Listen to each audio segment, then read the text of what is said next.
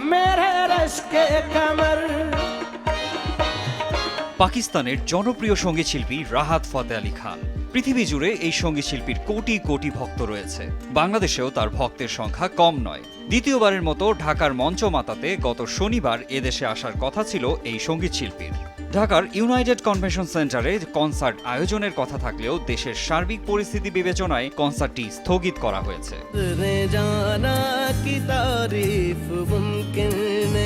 কনসার্টের আয়োজক ছিল বাই হেয়ার নাও BHN নামের একটি প্রতিষ্ঠান।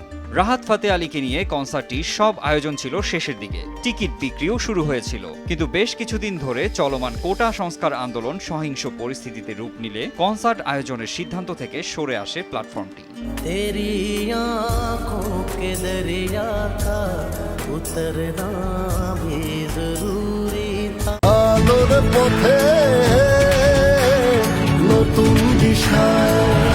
নিজেদের ফেসবুকে দেয়া এক বিবৃতিতে আয়োজক প্রতিষ্ঠান BHN জানিয়েছেন, দেশের পরিস্থিতি বিবেচনায় শেষ মুহূর্তে বৃহস্পতিবার কনসার্টটি স্থগিত করা হয়। প্রতিষ্ঠানটির এক কর্মকর্তা জানান, রাহাত ফতে আলী খানের আবারও শিডিউল পাওয়ার চেষ্টা করছেন তারা। শিডিউল পেলেই কনসার্টের নতুন দিনক্ষণ ঘোষণা করা হবে। টিকিটের মূল্য ধরা হয়েছে 10,000 টাকা। কনসার্টটি বাতিল হলেও ক্রেতাদের টিকিটের অর্থ ফেরত দেওয়া শুরু হয়নি। প্রতিষ্ঠানটি থেকে জানানো হয়েছে টিকিট ফেরত প্রক্রিয়া এবং নতুন তারিখ সংক্রান্ত পৃথক পোস্ট শিগগিরই শেয়ার করা হবে। Salam, hello Bangladesh, this is Rahat Fateh Ali Khan. I am delighted to announce that I'll be coming to perform for you all at BHN Experience presents Scarlet Crescendo.